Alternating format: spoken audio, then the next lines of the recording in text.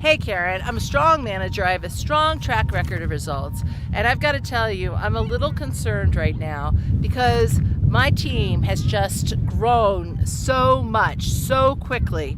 And I am finding that I really need to be able to scale my influence. I can't do things the way that I've always done them. What advice do you have?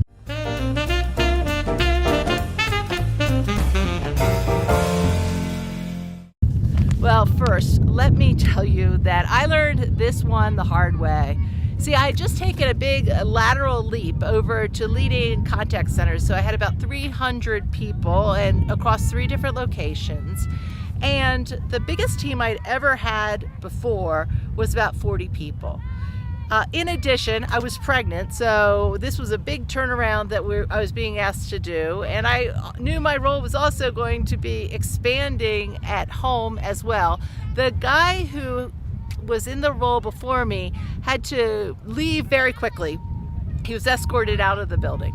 So there was not a lot of transition. So I went in and did what I had always done.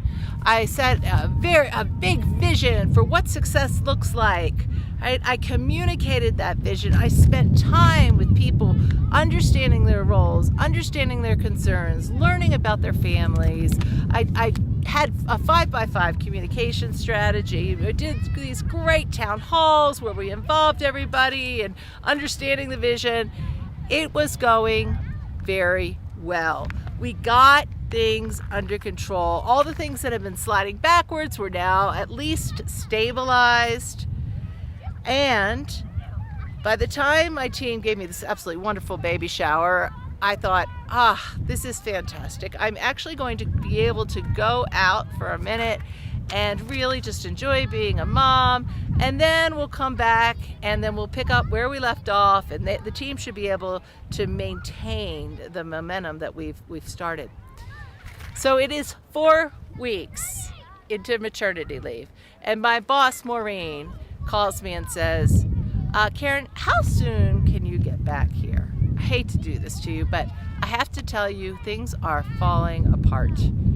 The results are all sliding backwards. I was in one of your offices the other day. There's this big initiative we just rolled out. People were unaware. They should be all over it.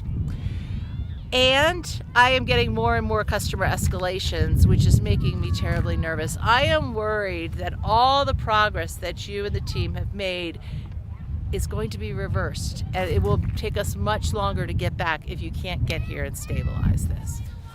Now, I was absolutely devastated. First of all, I was looking forward to my time off with my baby. And we had worked so hard and made such good progress. So I started to really reflect on what had gone wrong and what I needed to do instead. The first thing is I realized that so much of the work that we were doing, I was pushing, I was in the center of, instead of developing the people on my team, encouraging them, giving the skills that they needed to set a clear cadence of expectations and to keep performance moving. So here are 5 steps that I would recommend. First, yes, start with your leadership vision, absolutely, and then work with your direct report team to make sure that at every level and every role, every single person understands what that translates into their specific behaviors.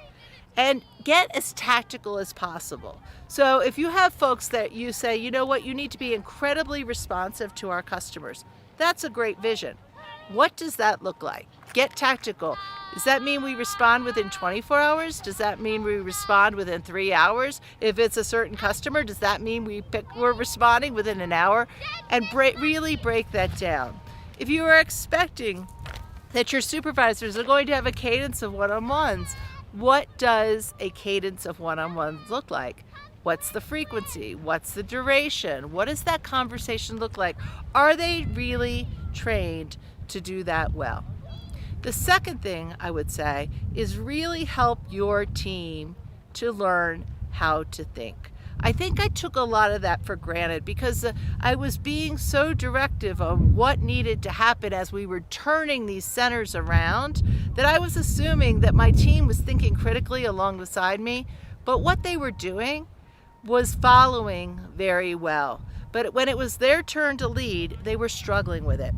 And that is really consistent with our Courageous Cultures research. 45% of people told us they were not trained in critical thinking skills.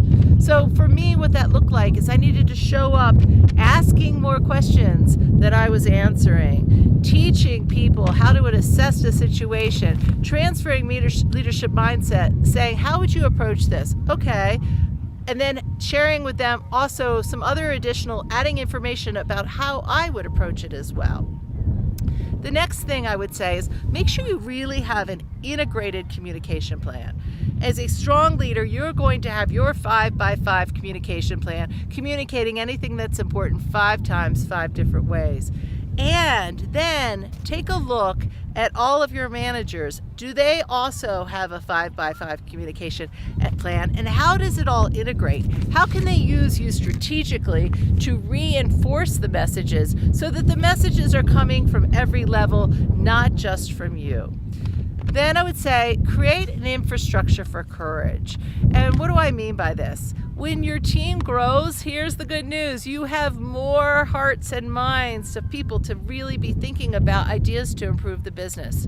So be really clear from the minute you're onboarding people to the team, to how you're training them, to your larger communications, that you really do want people's ideas and what a great idea would accomplish, and then teach your team to respond well with regard once those ideas come in. And then finally, I would say find a way to see who are the strategic influencers in your large team and how do you develop a network of really trusting relationships with them. So one of the key people in that call center role, I had to have a great relationship with the union steward, right? In my large team sales role, when I had about 2,200 folks, one of the things I found was that in every single region, I needed to understand who were the salespeople that people really respected and listened to, so that they could also be helping me with the change management efforts and reinforcing the critical behaviors that we needed.